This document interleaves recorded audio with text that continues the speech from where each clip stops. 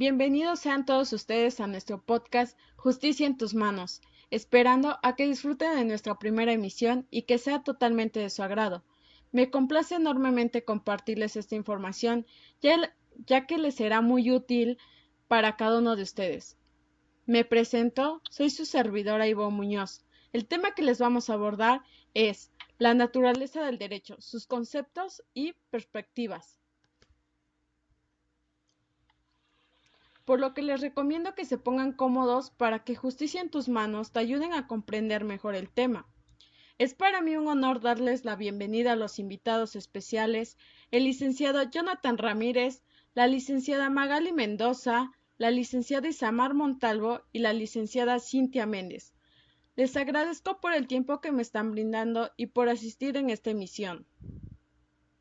Gracias, compañera. Gracias por invitarme. Es un gusto estar aquí y poder aportar un poco a este podcast. Gracias a ti por haber recibido esta invitación y poder haber aceptado. Ahora bien, en este sistema normativo, conocido como derecho, obliga a ser contemplado en la vida pública y privada de todas las personas y puede ser impuesto con carácter coercitivo, ya que esto quiere decir que las instituciones y órganos destinados a ello podrán hacer uso de la fuerza con una imposición de multas o sanciones para su correcta aplicación.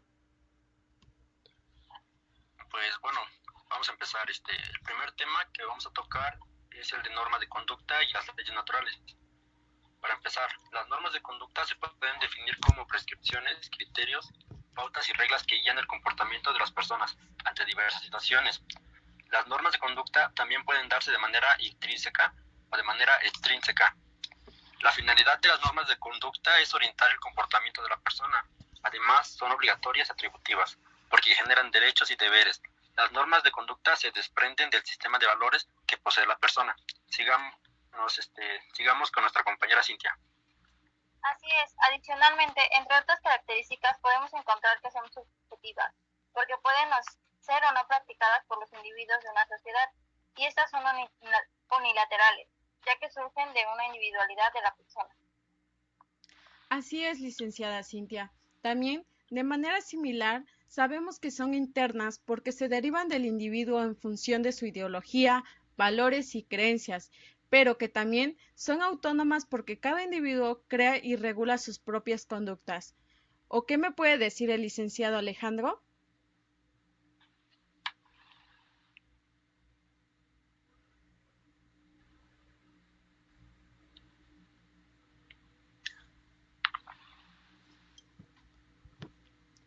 Así es, licenciada Cintia.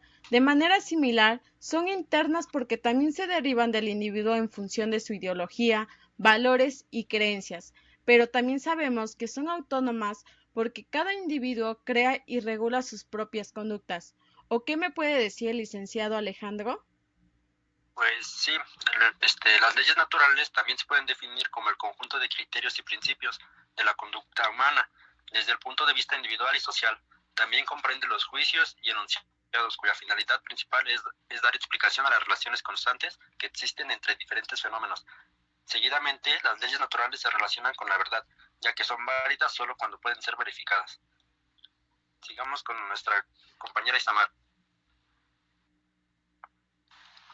Comencemos. Entre otras características, las leyes naturales son explicativas. ¿Por qué? Pues porque pretenden dar a conocer todos los aspectos que ocurren en un fenómeno. Por ello, no pueden ser valoradas como positivas o negativas, sino que obedecen a la negativa, sino que obedecen a la verificación de ciertos hechos. Por último, las leyes naturales son imperativas y obligatorias, porque tienen que ver con la existencia real de un fenómeno. Hablemos también sobre las normas morales, normas religiosas y convencionales sociales. Comencemos con las normas con regla, que se formulan con el objeto de respetadas y seguidas, a fin de establecer ciertas conductas y comportamientos en el ser humano, acordes al espacio y las circunstancias en las que se encuentran. En el sentido, el objetivo principal de las normas es asegurar una sana convivencia social entre todos los individuos que forman parte de un grupo, comunidad y sociedad. Se trata también de una necesidad por alcanzar el bienestar individual y social, en el que se respetan y cumplan diversos tipos de valores éticos, morales, sociales, humanos, entre otros. Por ejemplo, nuestro comportamiento y trato entre amigos es muy diferente al que tenemos ante cualquier figura de autoridad, como un juez, profesor, padre, entre otros. Gracias, licenciada Isamar. También cabe mencionar que las normas a cumplir varían a medida que el ser humano crece y pasa por las diferentes etapas de la vida. ¿Qué queremos decir? A menor edad tenemos menos reglas que cumplir que cuando somos personas adultas e independientes, por lo que debemos afrontar mayor cantidad de responsabilidades. Por ello, nos encontramos con normas que prescriben un comportamiento a seguir y con normas que señalan qué conductas evitar. De allí, muchas de estas también implican penalidad o castigo como consecuencia de nuestros actos y otras no. Bueno, pues hay que seguir con las normas sociales. Las normas sociales son aquellas que se refieren al trato social a fin de promover y establecer valores como el respeto, la tolerancia, la igualdad, la conclusión, entre otros, entre los ciudadanos en general. También cabe mencionar que las normas de cortesía y buena educación, ya que establecen una convivencia más armoniosa y educada entre todas las personas. Sigamos con la licenciada Cintia. Así es, por tanto, se trata de normas y reglas potestativas, pues su cumplimiento puede ser obligatorio o no, aunque de manera táctica todas las personas saben que deben cumplir y qué razón deben hacer para esto. A partir de estas reglas surgen muchas normas legales de cumplimiento obligatorio establecidas por la institución del Estado.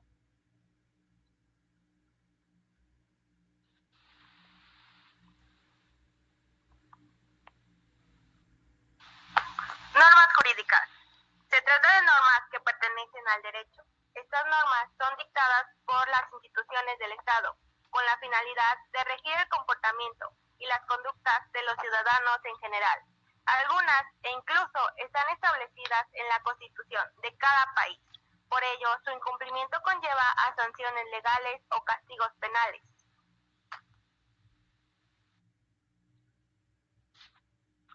Pues también podemos decir que las normas están aprobadas y establecidas en un marco legal, por lo tanto su cumplimiento es obligatorio, aunque se desconozca su existencia y penalidad.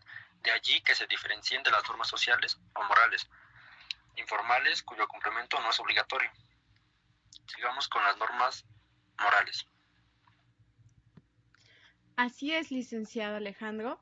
Bueno, en las normas morales, ¿qué podemos decir? Que también se corresponden a la ética del ser humano, pero también que por medio de la moral se establece una serie de valores y normas que no son aceptadas o que tal vez sí, pero socialmente, y que también determinan las conductas que se consideran buenas o malas. La moral, por otro lado, funciona como una guía que orienta el comportamiento de las personas, según esto lo considere moral o inmoral, y busca enaltecer la dignidad humana. Sin embargo, muchas de estas normas no son universales, ya que varían según la cultura o comunidad en la que se establecen. Por ejemplo, no decirles mentiras a los seres queridos, respetar los bienes ajenos, no cometer adulterio, actuar de manera honesta, son ejemplos de una norma moral. Las normas religiosas, pues básicamente se corresponden a lo religioso y a las pautas de conducta que las distintas creencias religiosas estipulan como correctas o prohibidas. Estas normas se encuentran redactadas en los textos o documentos religiosos, en los cuales se establecen las bases de determinada fe y su origen divino e espiritual. Asimismo, dichas normas solo son cumplidas por aquellos que practiquen una religión o creencia. Por lo tanto, no se trata de normas compartidas por una sociedad en general. Así es, licenciado Alejandro, ya que también en términos simples, las normas religiosas son aquellas a las que la comunidad o individuo se adquieren para respetar los lineamientos vitales que su Dios o conjunto de creencias determinan que son correctos o morales.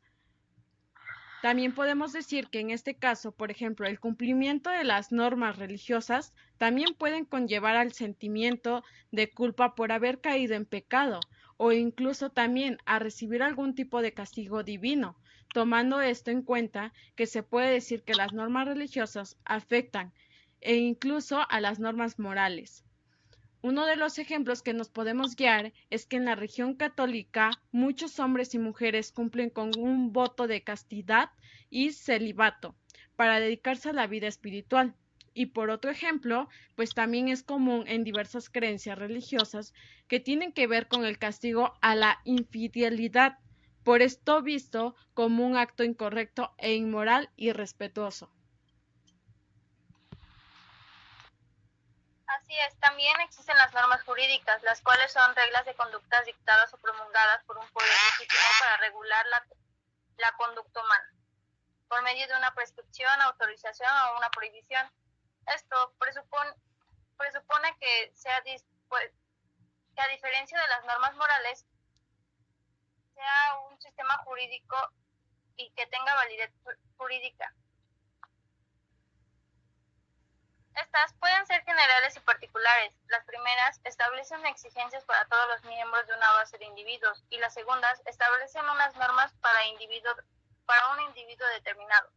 La norma jurídica se compone de elementos como el supuesto de hecho, que es la anticipación hipotética a una posible realidad futura que requiere ser regulada, o la consecuencia jurídica, que es un acto resultante de aquellas situaciones jurídicas reconocidas por las normas cuando se lleva a cabo los supuestos contemplados en el supuesto hecho.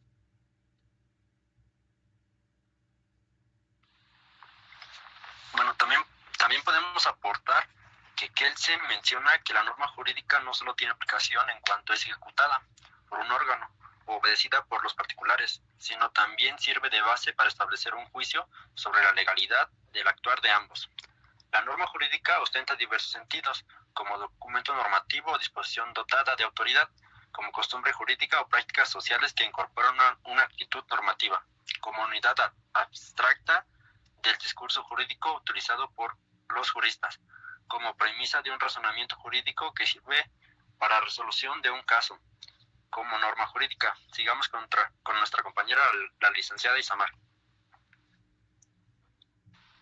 Pues para el derecho parlamentario, la norma es un elemento jurídico fundamental, ya que es una de las tareas del Parlamento es crear, derogar o modificar las normas que componen una ley.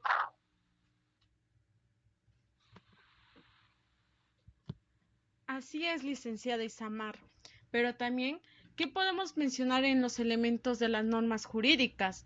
En este caso, la principal es el sujeto jurídico, pues ello se comprende y también se dice que es todo ser o ente a quien el orden jurídico le imputa o reconoce la calidad del titular del contenido de un derecho o de una obligación jurídica, al cumplirse determinados supuestos. Pero también algo importante es que consiste en la existencia de entes capaces de adquirir derechos y de contraer obligaciones. ¿O qué me puede explicar de más el licenciado Alejandro? Pues así es, también los entes a que se refiere o se hace referencia están conformados en todo caso por personas y estas se dividen en dos tipos, naturales y jurídicas. Son personas naturales todos los individuos de la especie humana. También las personas jurídicas son personas ficticias, capaces de ejercer derechos y de contraer obligaciones civiles y de ser representadas judicial y extrajudicialmente. Sigamos con la licenciada Cintia. Un objetivo jurídico es una relación jurídica que consiste en una determinada conducta que se debe cumplir con el sujeto obligado para una norma jurídica. Este es un sujeto pasivo en favor del titular de un derecho, que tiene por ello el derecho de exigir esta conducta al sujeto activo. A esta conducta se le llama presentación, que puede ser de dos clases: activa, que el individuo debe realizar una determinada acción o dar algo que hacer, y pasiva, que consiste en que el individuo omita realizar determinada conducta. Se acostumbra a distinguir también acerca del objeto de la presentación.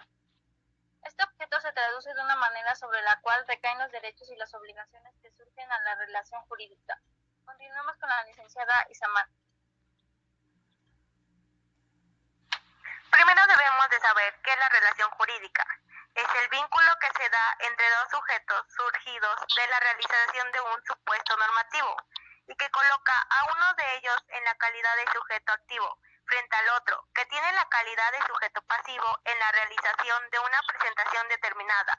En la relación jurídica hay pues siempre un sujeto activo o titular de un derecho subjetivo, que es quien está dotado de la facultad para exigir el cumplimiento de un deber, que viene impuesto por una norma de derecho, y un sujeto pasivo u obligado, que es el que tiene que dar, hacer u omitir algo a favor de la otra parte. Gracias, compañera.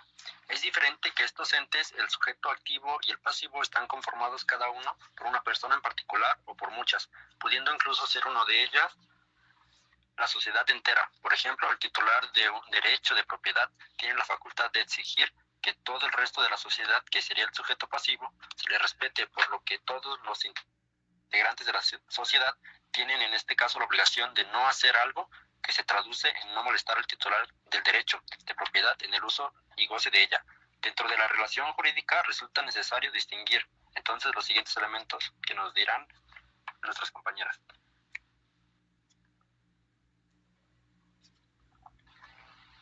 Un hecho jurídico del sujeto como hipótesis o supuesto contemplado de la norma. Así es, licenciada Isamar.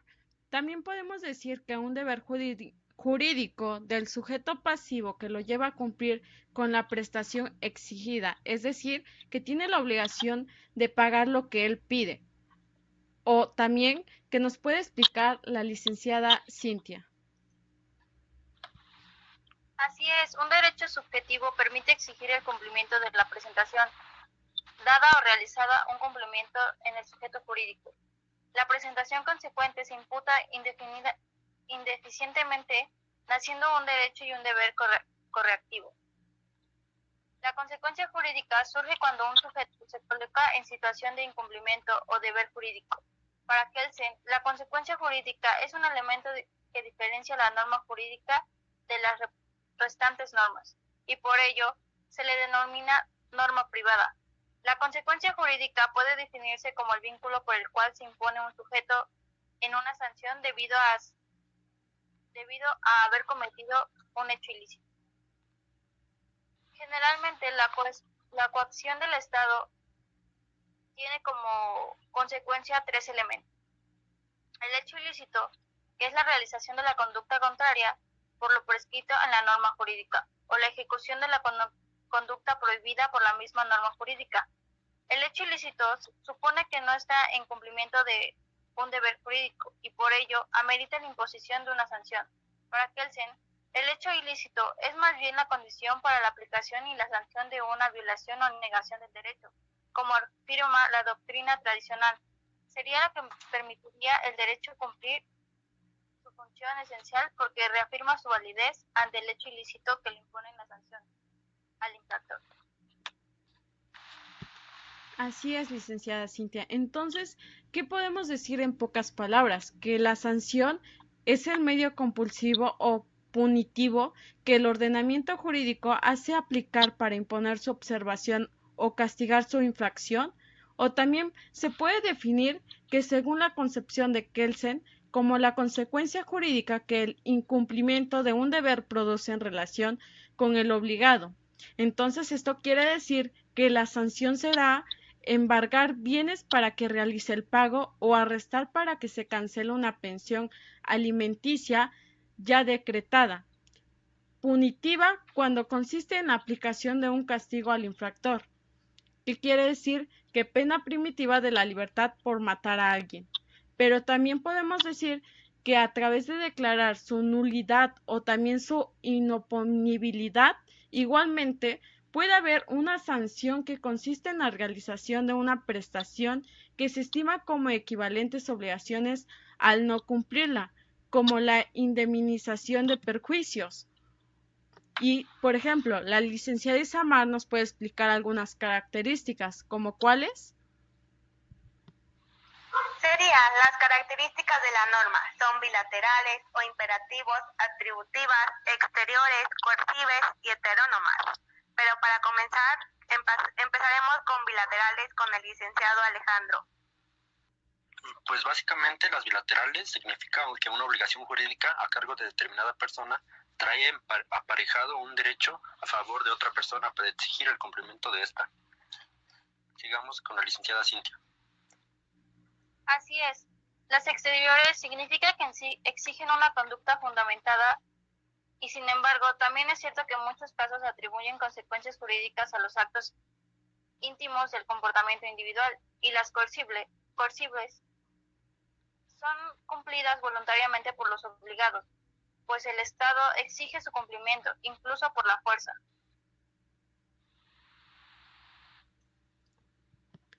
Así es. También la heteronoma, porque fue el creador de la norma, que es un ente distinto del destinario de esta.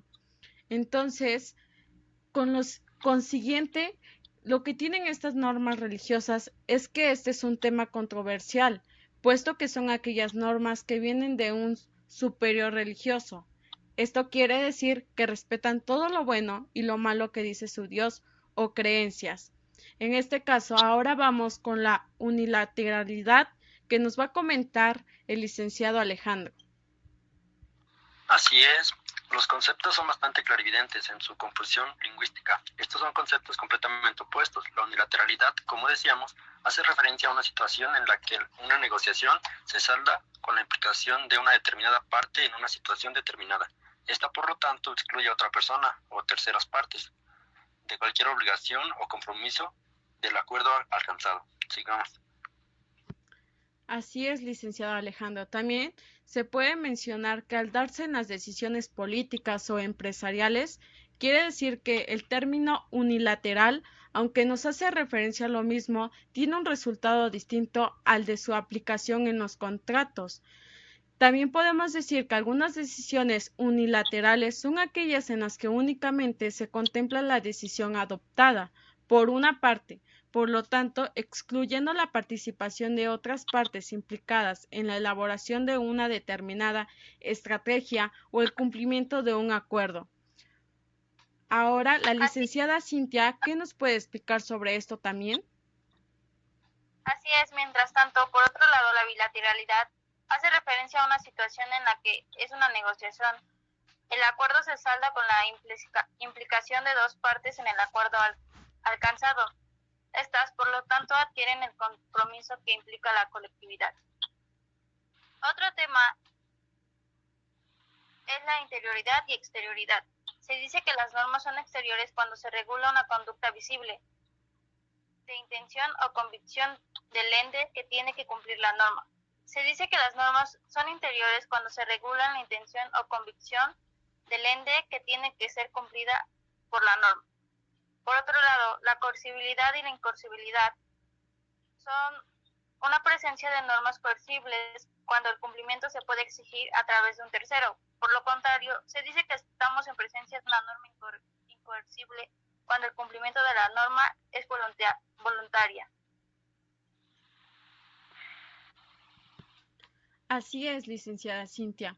Ahora bien, vamos a explicar también un poco solo sobre lo de autonomía y heteronomía.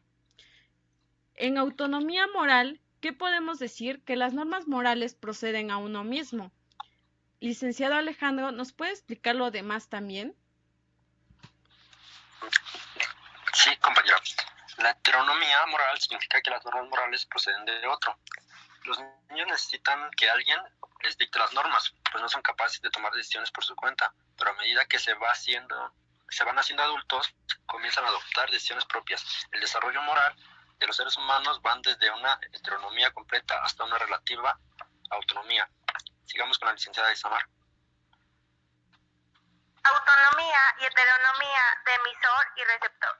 Hay autonomía moral, siempre en el emisor, es decir, en quien establece los mandatos o normas, en el receptor, es decir, en quien ha de obedecer las normas, solo si él mismo quien las establece, o si no siendo él quien las establece, decida acatarlas o desobedecerlas libremente.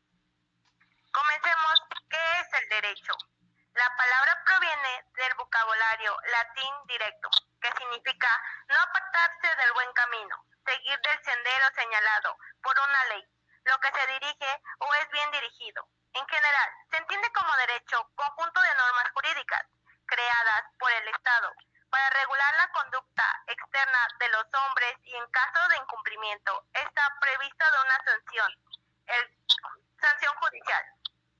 El derecho es el conjunto de normas que imponen deberes y normas que confieren facultades, que establecen las bases de la convivencia social y cuyo fin es dotar a todos los miembros de la sociedad de los mínimos de seguridad, certeza, igualdad, libertad y justicia.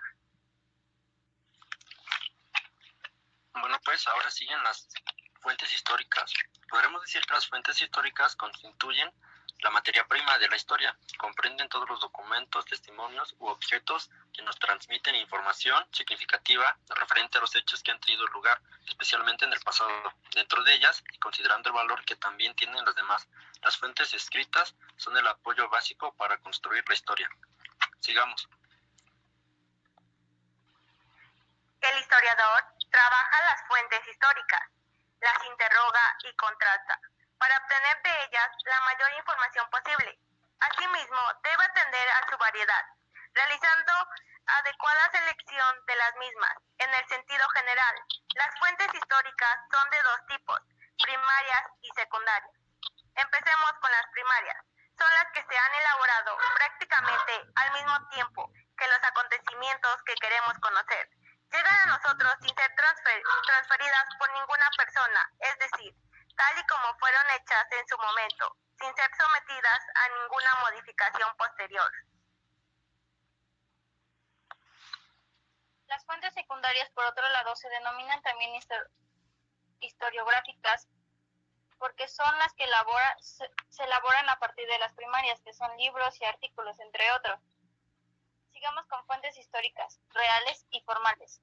Se denomina fuente real o material a todos los fenómenos naturales y sociales que se dan origen en la norma jurídica y que determinan el contenido de la misma. Tales fenómenos son el medio geográfico, el clima, las riquezas naturales, las ideas políticas, morales, religiosas y jurídicas del pueblo, entre otras.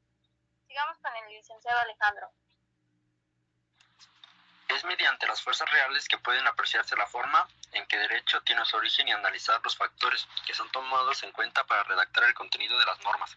¿Qué queremos decir? Que son los eventos que hacen necesaria la creación de las disposiciones de derecho. Las fuentes reales son aquellas situaciones que forjan el funcionamiento de cada sociedad y que se ven reflejados en normas jurídicas, por lo que son estas situaciones las que determinan su contenido y alcance. Sigamos, licenciada Cintia. En este sentido material, las fuentes de derecho son aquellas instituciones con la facultad para crear normas jurídicas, tales como el Poder Legislativo, que a través de las Cortes Generales y los parlamentos o asambleas legislativas de las comunidades autónomas, el autor García Maínez señala que las fuentes reales deben ajustarse a las fuentes formales, ya que éstas son el cauce por donde se corren y manifiestan las primeras.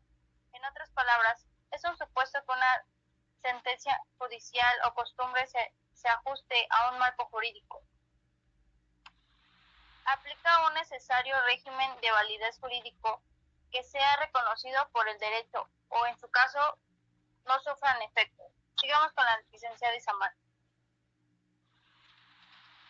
Un ejemplo de fuente real del derecho es la Revolución Mexicana, que tuvo como consecuencia la redacción de los artículos 27 constitucional, donde se consagran la propiedad y repartición de tierras, y el artículo 123 constitucional, donde se plasman los derechos básicos del trabajador. Las fuentes reales tienen un origen principalmente sociológico, y a pesar de constituirse por fenómenos complejos, es posible clasificarlo de la siguiente forma. Factores de significación ideal.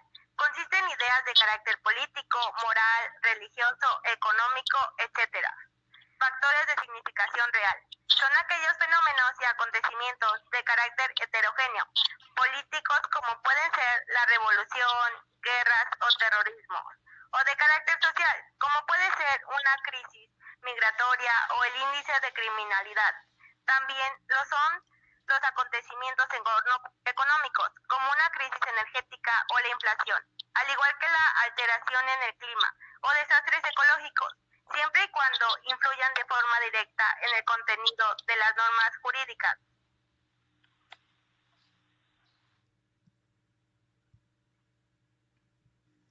Así es, las fuentes formales son diferentes a las normas jurídicas, ya que tienen una cosa diferentes. Sus principales características son exigibles.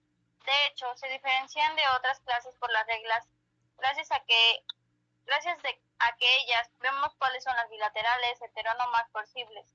Sigamos con el licenciado Alejandro. También podemos decir que las fuentes formales describen el lugar donde surge el derecho, es decir, aquellos elementos donde normalmente se basa el legislador para crear disposiciones jurídicas. Tradicionalmente se señala la legislación, la jurisprudencia y la costumbre. Comprende además el estudio de los sistemas que tienen o han tenido vigencia. Puede considerarse como los procesos de manifestación de normas jurídicas. También las fuentes formales se encuentran constituidas por distintas etapas que se presentan en un orden determinado, los cuales deben de acreditar distintos supuestos de derecho. También la legislación es la función del Estado, dedicada a la creación, promulgación y sanción de las normas jurídicas. Su finalidad será siempre llevar la actividad social hacia el bien común. Es un proceso mediante el cual uno o varios órganos gubernamentales promulgan disposiciones jurídicas, las cuales se denominan leyes. En México se desarrolla en 6 etapas. Empezaremos con la iniciativa. La iniciativa es el acto por el cual determinados órganos del Estado someten a consideración del Congreso un proyecto de ley que compete al presidente de la República, a los diputados, senadores del Congreso de la Unión y a las legislaturas del Estado. Sigamos con la licenciada Cintia. Así es. El segundo es la discusión. Las cámaras deliberan acerca de las iniciativas con el fin de determinar si deben ser aprobadas o no. Información de las leyes o decretos pueden comenzar indistintivamente en cualquiera de las dos cámaras, con excepción de los proyectos que versaen sobre los explícitos, contribuciones o impuestos o el reclutamiento de tropas. El tercero es la aprobación. Es el acto por el cual las cámaras aceptan un proyecto de ley. La aprobación puede ser total, parcial, sanción. La sanción debe ser posterior a la aprobación del proyecto por las cámaras. El derecho de veto es el presidente de la República tiene la facultad de negar su sanción a un proyecto ya admitido por el Congreso. Así es, licenciada Isamar. ¿Qué podemos decir en publicación? Que es todo el acto por el cual la ley ya aprobada y sancionada se da a conocer a quienes deben cumplirla. En este caso, la publicación se hace en el Diario Oficial de la Nación. La iniciación de la vigencia tiene dos sistemas, que es sucesiva y sincrónica. La costumbre es un uso implementado de una sociedad y considerado por esta como obligatorio. El derecho nacido constitucionalmente es el derecho que posee dos características, que nos dirá el licenciado Alejandro.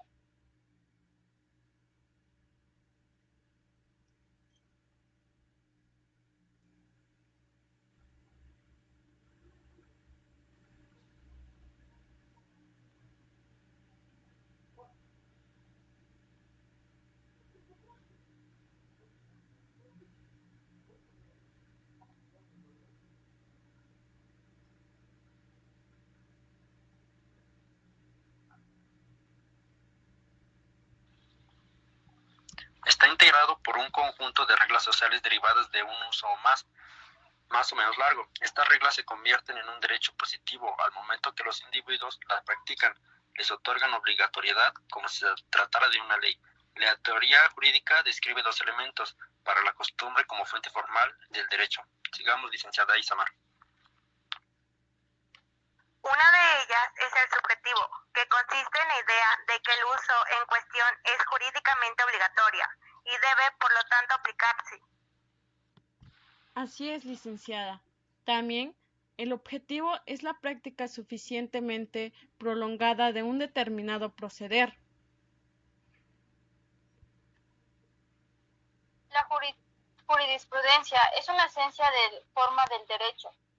Es un conjunto de 5 resoluciones emanadas de los tribunales superiores federales, que se dan en un mismo sentido y sin ninguna contra. Son los principios y doctrinas contenidas en las decisiones tomadas por los tribunales como los órganos cuya función es la interpretación de la ley. La norma jurisprudencial es obligatoria. en el caso de que se aplique la misma interpretación a varios concretos y es interrumpida por otro en lo contrario.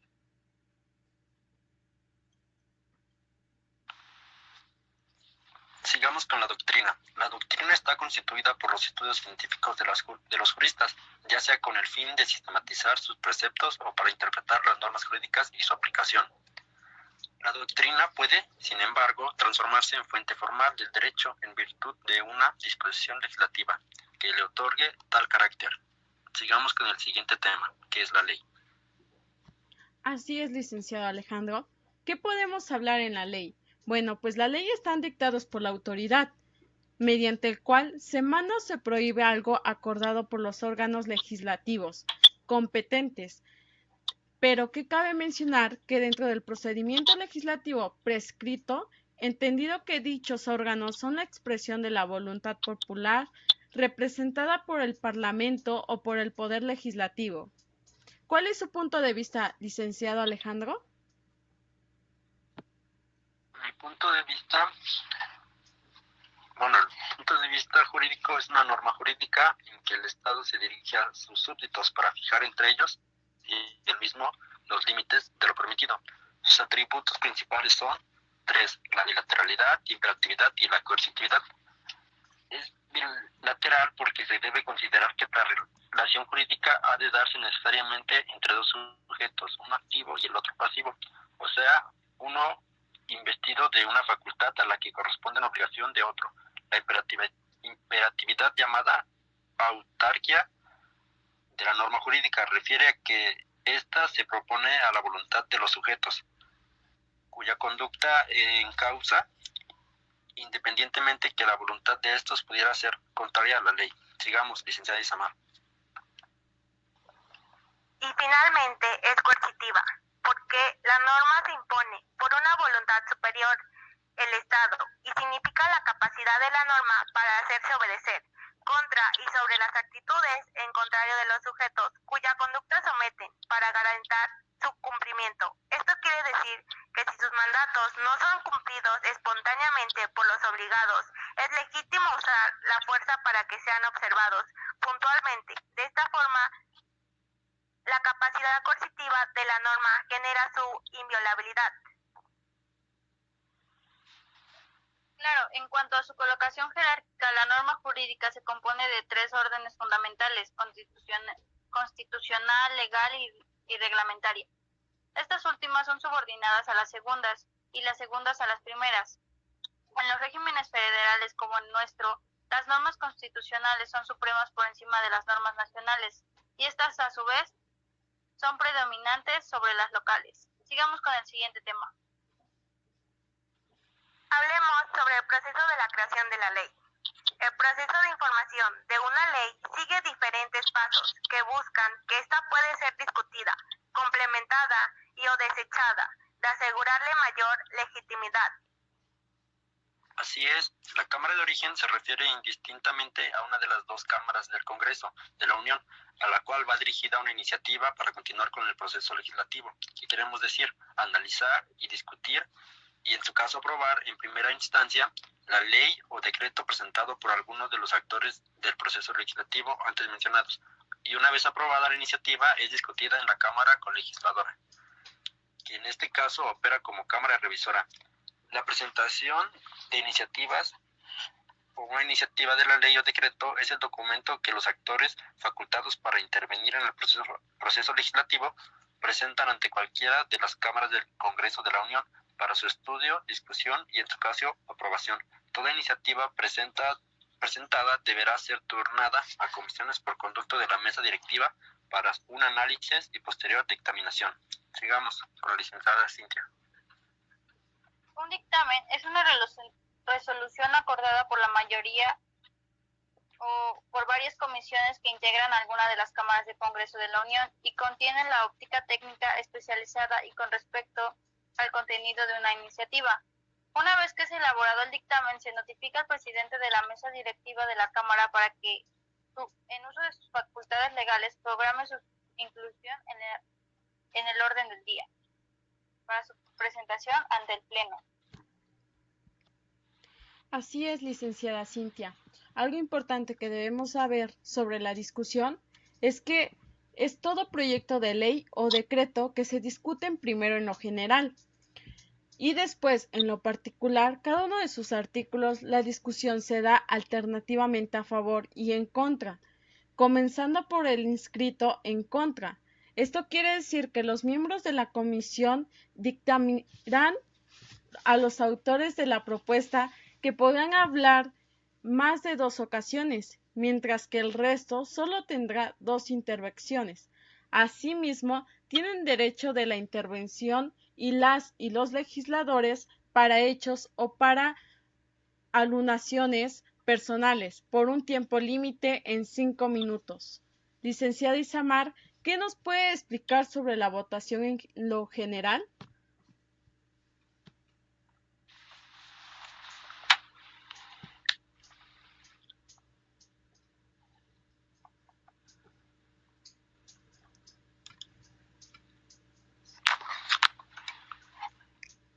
Está bien. Votación en lo general. Todo proyecto de la ley se discute primero en lo general, o sea, en un conjunto, y después en lo particular. Cada uno de sus artículos, antes de cerrarse en lo general la discusión de los proyectos de la ley, y en lo particular, cada uno de sus artículos, una vez declarado un proyecto suficientemente discutido en lo general, se procederá a votar en tal sentido, y si es aprobado, se discutirán enseguida los artículos en particular. ¿Gustas agregar algo, licenciado Alejandro? Sí, claro que sí.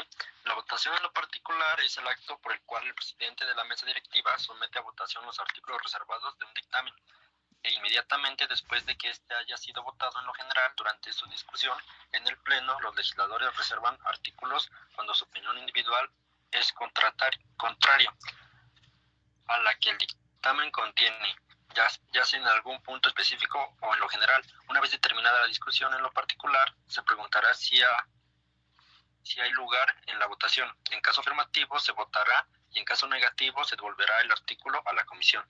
Sigamos, licenciada Cintia. Así es, la Cámara Revisora es un órgano de poder legislativo en el cual se conoce por tener la atribución de analizar y dictaminar en el sentido negativo o positivo, según sea su propio criterio deliberativo. Una iniciativa de ley o decreto de proyecto legislativo ha sido previamente aprobado por la Cámara de Origen. En México, la Cámara Revisora puede ser la Cámara de Diputados o el Senado, dependiendo cuál de estos dos apruebe la primera iniciativa. Todo proyecto deshecho en su totalidad pasa por la Cámara Revisora y vuelve a la Cámara de Origen con las observaciones que aquella hubiese hecho.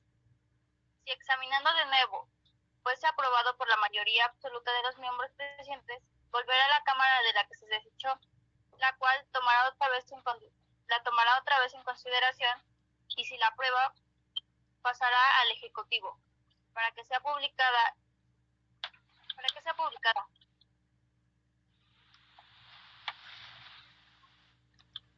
Existe la promulgación. El presidente de la República, al recibir el decreto aprobado por el Congreso de la Unión, puede realizar observaciones al decreto aprobado, en cuyo caso lo remitirá a la Cámara de Origen para su estudio dentro de los 10 días naturales, a no ser que, corriendo ese término, hubiera el Congreso cerrado o suspendido sus sesiones, en cuyo caso la devolución deberá hacerse el primer día útil en el que el Congreso esté reunido, promulgarlo y ordenar la publicación del derecho en el Diario Oficial de la Federación, para que se observen y cumplan la disposición que contenga la ley. Comencemos con el tema de la vigencia. Una ley que entra en vigor a partir del momento en que ella lo establece, y en caso de no haberse establecido, lo hará a partir del 8º día de la fecha de publicación en el Boletín Oficial. La ley inicia su vigencia en la ley de la publicación. Ahora bien, ¿qué podemos decir sobre las normas jurídicas, que son bilaterales porque imponen deberes correlativos de facultades o conceden derechos correlativos de obligaciones frente al jurídicamente obligado, encontramos siempre a otra persona, facultada para reclamarle la observación de lo prescrito. Ahora bien, vamos con el siguiente tema, que es el sistema de iniciación de vigencia. ¿Qué nos puede platicar sobre esto, licenciado Alejandro? Bueno, pues les hablaré brevemente del sistema de iniciación de vigencia. Hay dos tipos de sistemas para que la ley inicie su vigencia, el sucesivo y el sincrónico. El sucesivo ordena que la ley entrará en vigor para los lugares donde se publica el diario oficial, 3 días después de su promulgación. En los lugares distintos se conceden otros días en función de la distancia. A los 3 primeros días, uno más por cada 40 kilómetros, o fracción, exceda de la mitad. El sistema sincrónico establece que la ley entrará en vigor en todas partes, el día preciso que la propia ley fije, siempre y cuando su publicación haya sido anterior. Sigamos con el siguiente tema, la forma de extinción de la vigencia de la ley. ¿Qué nos puede aportar, locutora? Así es. Bueno, pues es la acción y efecto de extinguir o extinguirse las leyes. Desaparición en el tiempo o en el espacio de las leyes, a causa de cambio en las condiciones ambientales y de modificación en las características de las leyes, que esto hacer que desaparezcan gradualmente una ley o caducar una obligación, plazo de la ley. Derogación, que en este caso es la obligación, abrogación y anulación de la ley, con este fin de la vigencia de una ley. Entonces, ¿qué nos expresa, licenciado Alejandro? Esta expresa cuando se declara el final del periodo de su vigencia. Tacita cuando la invalidez se deduce de la posterior entrada en vigor de una disposición contraria de rango igual o superior. Suprimir una ley, práctica o costumbre, reformar o modificar. La derogación significa suprimir solamente o algunos preceptos de la ley. Como ejemplos, podemos citar la fracción 2 del artículo 73 constitucional, que fue derogada. Abrogación de la ley significa quitar a la totalidad de la ley su fuerza obligatoria. Como ejemplos podemos señalar que un código civil constituye a otro anterior, o que un código penal se elimina. Sigamos con el siguiente tema. La ignorancia de la ley. Este principio establece que la ignorancia de normas no excusa a un cumplimiento. Tiene un origen en el derecho romano y hoy en día se concibe en un sentido estricto, de manera que supongamos que la obligación de todos los ciudadanos debe ser las normas, pero esta resulta imposible. Un principio abstracto de eficiencia nociva que impide alegar el descubrimiento de la norma como una excusa para su obligación y cumplimiento.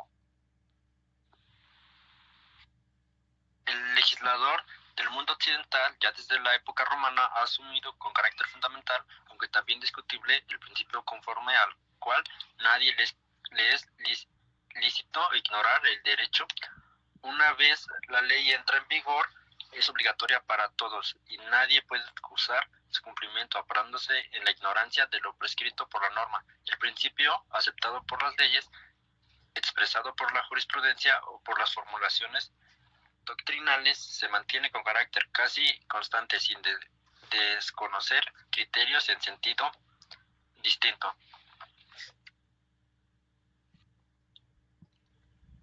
Así es, licenciado Alejandro. Bueno, también los juristas romanos estimaron el principio e idearon reglas que reforzaban su contenido. Junto al citado, antes se fijaron a los adaigos, memo y usos ignorare. Esto cabe mencionar que, no obstante, ya entonces se intentó dulcificar el rigor del principio. Si bien tales se consideraron, no que llegaron a prosperar.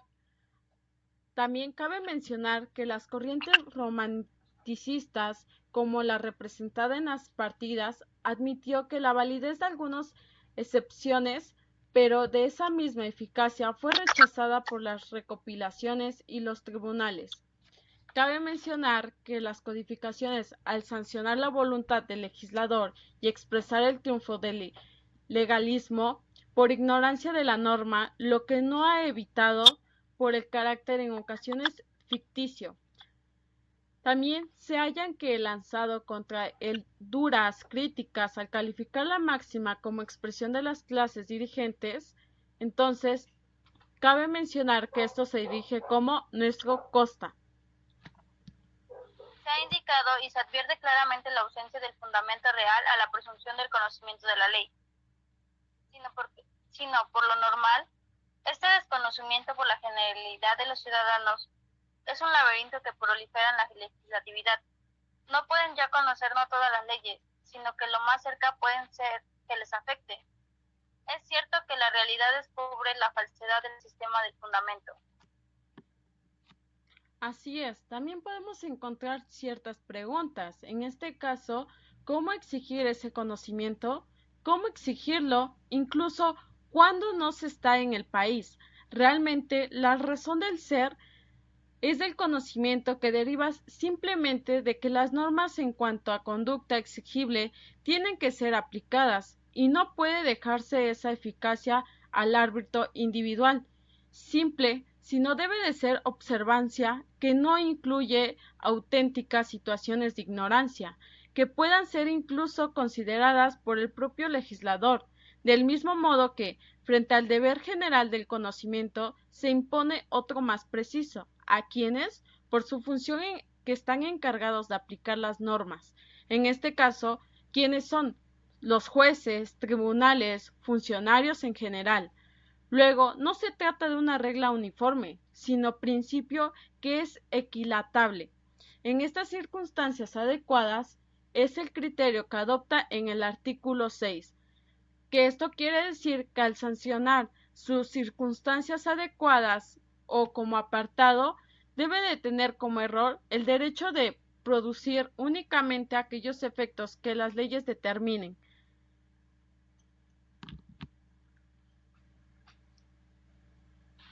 Supuesta la efectividad de la norma, con independencia de su conocimiento por parte de los llamados a cumplirla, puede no obstante existir situaciones en las que el error puede ser alegado como excepción. No se trata de alegar la ignorancia de la ley, sino de acreditar que el error o ignorancia es elemento de un estado, de hecho productor de una imposibilidad jurídica. Ante tal situación es evidente que no cabe distinguir entre la ignorancia facti a ignorancia tui, por cuanto el presupuesto básicamente requerido por la ley para justificar la inexcusibilidad del desconocimiento de norma está ausente. Son pues las circunstancias particulares las que pueden determinar el error de derecho o su desconocimiento. No empecé que la excepción debe tomarse con las debidas cautelas. Es admitida pues la posibilidad del error respecto de la norma. El problema que surge en la redacción del artículo 6.2 deriva que las leyes normalmente no distinguen en su expresión el error de hecho y el de derecho, refiriéndose por término general al error. Sin más, será pues cuestión del juzgador apreciar en estas circunstancias el tipo de error de que se trata y considera por la ley, procediendo en vía de interpretación si la norma alude al error de hecho, excluye el derecho y viceversa. Sigamos con el otro tema, que es retroactividad de la ley. Así es, licenciado Alejandro. ¿Qué podemos decir sobre la retroactividad de la ley? En este caso, en el acto jurídico, quiere decir que es retroactivo cuando puede aplicarse sobre acciones pasadas. De este modo, a partir de la sanción de una ley, es retroactiva, que se pueden juzgar hechos que ocurrieron en el pasado, cuando dicha ley aún no existía. Cabe destacar que en el derecho penal existe el principio de la irretroactividad. Ahora bien, vamos con la clasificación de la ley. ¿Qué nos puede mencionar sobre esto, licenciada Isamar? Claro, comencemos con la clasificación de la ley. Una clasificación es el derecho natural. El derecho natural forma parte de la moral. Rige la conducta social de los hombres relacionada con la justicia natural. Es un verdadero derecho en la medida en que la sociedad es obligatorio para todos Al ser parte de la moral, el derecho natural es inmutable y universal en sus principios, pero mutable en sus aplicaciones, pues estos dependen de la variabilidad de las circunstancias. Dicho de otra manera, el derecho natural es el conjunto de máximas fundamentadas en la equidad, justicia y sentido común, que se imponen al legislador mismo y nacen de las exigencias de la naturaleza biológica, racional y sociedad del hombre. También está el derecho positivo, que son reglas o normas jurídicas en vigor en un lugar y en una época determinada. Por otro lado, el derecho objetivo es un conjunto de normas que integran los códigos y que necesariamente se dirige a los valores u objetos tutelados por la ley, en cuya salvaguardia se interesa el hombre. Tal conjunto de normas imperativo y atributivas otorgan facultades al mismo tiempo que imponen deberes correlativos, pero siempre dentro de una esfera determinada. Los preceptos que forman parte de este derecho son imperativos y atributivos, pues no imponen deberes y que conceden facultades frente al obligado por una forma. Siempre hay otra persona para exigir el cumplimiento de esta. Sigamos. Así es, el derecho subjetivo es un conjunto de facultades reconocidas a los individuos por la ley. Estos actos son determinados en su satisfacción de los intereses. Es la facultad que tiene el sujeto activo de exigir un cumplimiento en la norma jurídica. El precepto atribuye un contenido a un titular denominado derechohabiente, quien tiene el reconocimiento suficiente para obtener obligado la satisfacción que corresponde a su cargo último.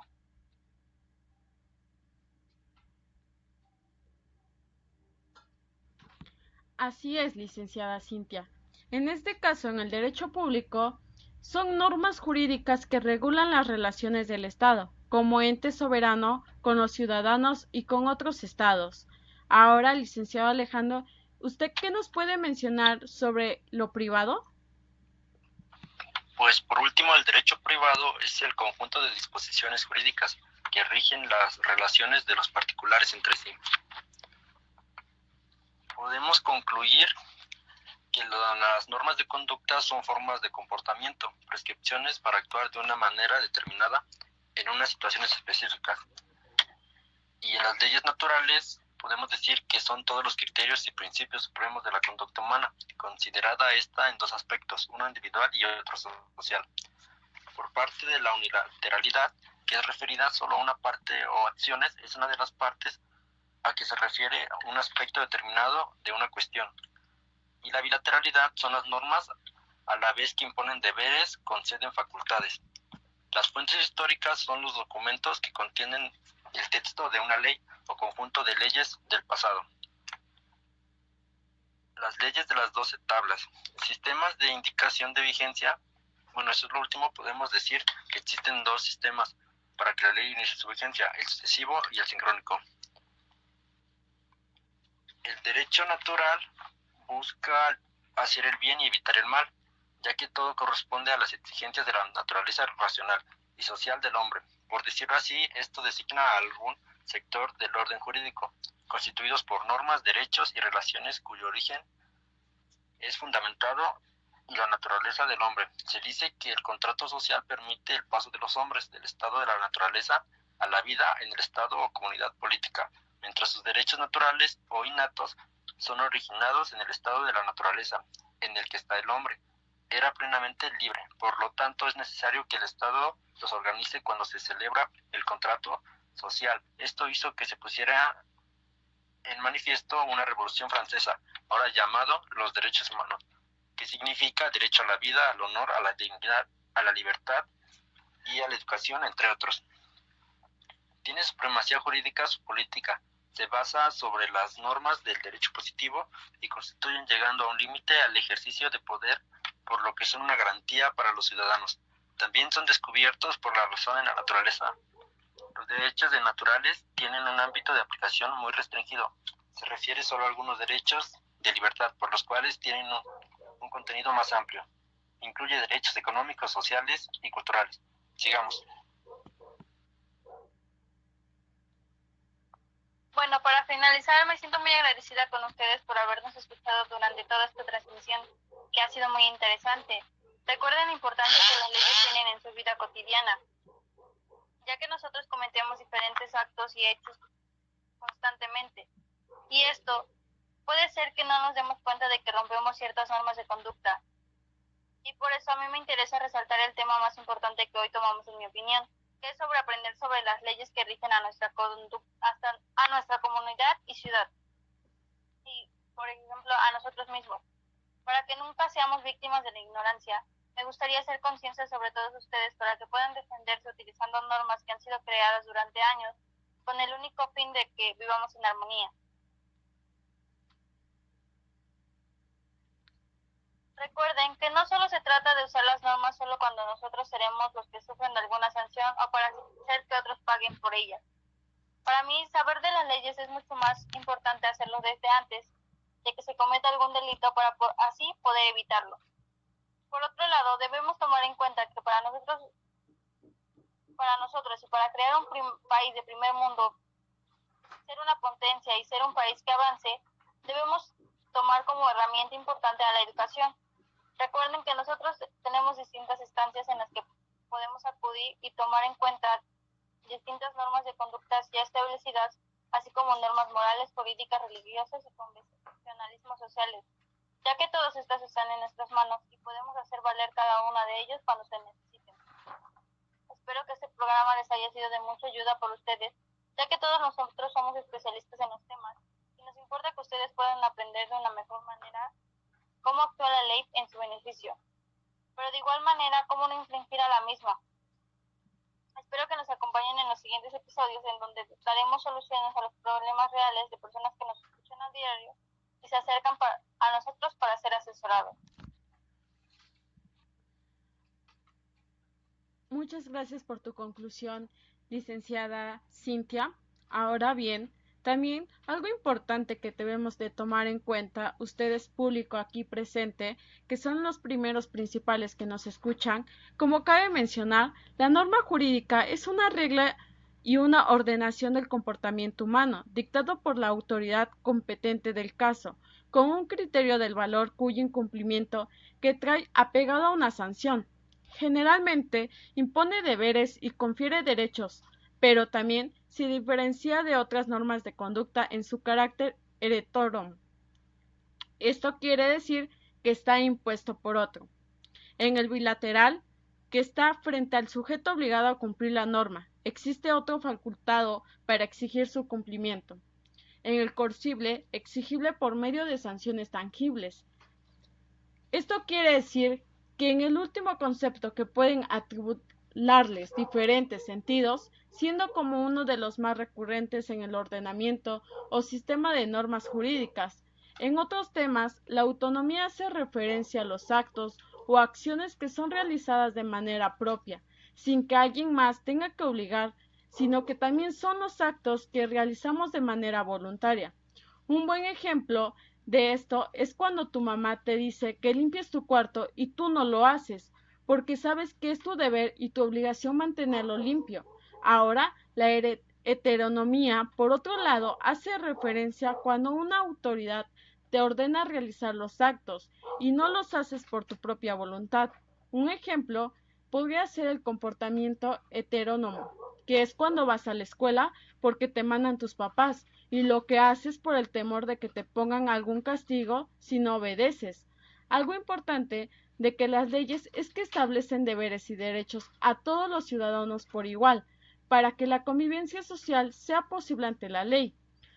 Todos los ciudadanos son iguales, es decir, que tienen las mismas obligaciones y responsabilidades y los mismos derechos. Una de sus finalidades esenciales es de promover el bien común, es decir, el bienestar de las personas de una comunidad, así como de hacer posible la justicia, seguridad, libertad y otros valores de gran importancia en la vida social. Y la consecuencia de no cumplir con las leyes es la aplicación de una sanción, algo que tenemos que tomar en cuenta, que es que las leyes y normas fueron creados para poder vivir en armonía y para tener calidad de vida. Esta nos permite que tener deberes y derechos es importante cumplirlas, para que el mundo sea en un lugar mejor y para así sentirnos bien con nosotros mismos, para no discriminar ni ser discriminados. Cabe mencionar que todos hemos aprendido de algún tema, pero también hemos vivido hechos que nos han acabado de entender y que asimismo también podemos entender por otras razones. Ahora bien, ¿qué nos puede dar a entender con su conclusión, licenciada Isamar? Y bueno, y en la conclusión, la naturaleza del derecho son las raíces de nuestra sociedad, tanto de cómo debemos comportarnos o dirigirnos, como la sociedad y las leyes nos rijan, para obtener un reglamento que debemos de seguir a pie de la letra, para que todos vayamos acorde a las leyes.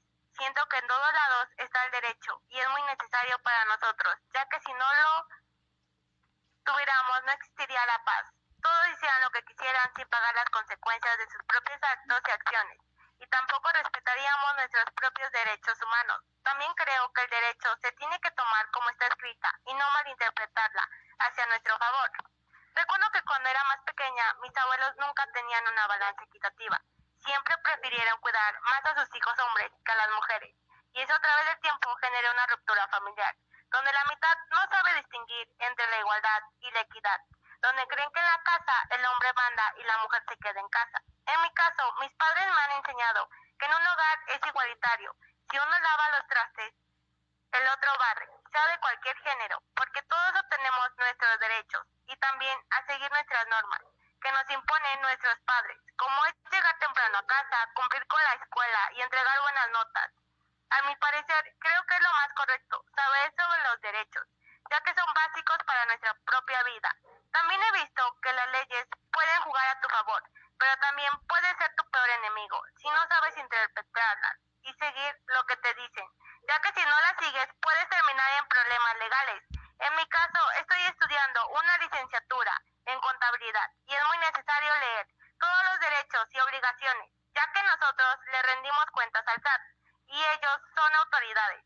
Y si nosotros lo leemos bien, nuestras normas, o no entregamos nuestros papeles en donde podemos obtener una multa y también quizás un despido de tu trabajo por no ser competente en tu área. En nuestra vida diaria es completamente necesario los derechos. Las normas y obligaciones están en todos lados y parte de nuestra sociedad, porque si manejas un coche tienes que saber los reglamentos del tránsito para no cometer una infracción. Si vas en la escuela también hay normas, que es llegar con el cabello recogido, con el uniforme y también adentro de una aula. Como por ejemplo, no faltarse al respeto, llevar el material de clase, cumplir con tareas y trabajos. También en lo laboral, que es llegar puntual a tu trabajo, cumplir con tus horas marcadas, cumplir con tus deberes que te asignaron. También se encuentran en las calles, que es no tirar la basura, no maltratar o romper cosas públicas, no faltarse al respeto a la autoridad y al caso de no cumplir o seguir los reglamentos o normas, tendrás que ser de cargo de tus consecuencias. Hay demasiados ejemplos donde puedo ponerte, donde se encuentran nuestras normas y ahora las obligaciones las podemos encontrar en pagar las facturas del agua, gas, renta, luz, etcétera. Esas son nuestras obligaciones. También es muy simple, cuando están estudiando, nuestra obligación es estudiar. Y si vas en la calle, nuestra obligación es seguir las normas. En nuestros derechos son demasiados, como es ser libre, caminar en la calle sin prejuicios, algunos, obtener un trato razonable, la vida, etcétera. Este tema es demasiado interesante, que por más que leamos nunca lo terminaremos. Son demasiadas cosas, pero aún así es interesante darnos cuenta de que las leyes son muy importantes para nosotros. Y estoy muy agradecida por haberme invitado en este programa. Gracias. Fue para mí un honor haberlos tenido en este podcast Justicia en tus manos. Muchísimas gracias por sus palabras, por su explicación y sobre todo por tomarse la molestia de estar en este podcast. Gracias, licenciado Alejandro, licenciada Magali, licenciada Cintia y licenciada Isamar. Espero poderlos ver pronto en alguna otra emisión, pero no se olviden que Justicia en tus manos puede darte solución, conclusión y más sobre todo quitarte algunas dudas que tú tienes. Pero más importante es que la ley no se consulta, sino se aplica. Y esto fue Justicia en tus manos. Gracias.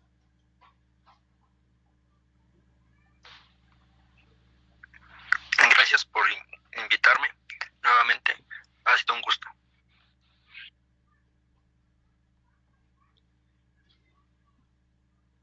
Gracias a ti por haber estado presente. Gracias a todos los que nos escucharon durante toda esta transmisión y no nos dejaron ni un segundo.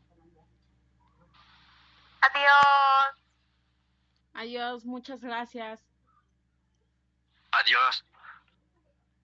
Nos vemos la próxima emisión. Claro que sí.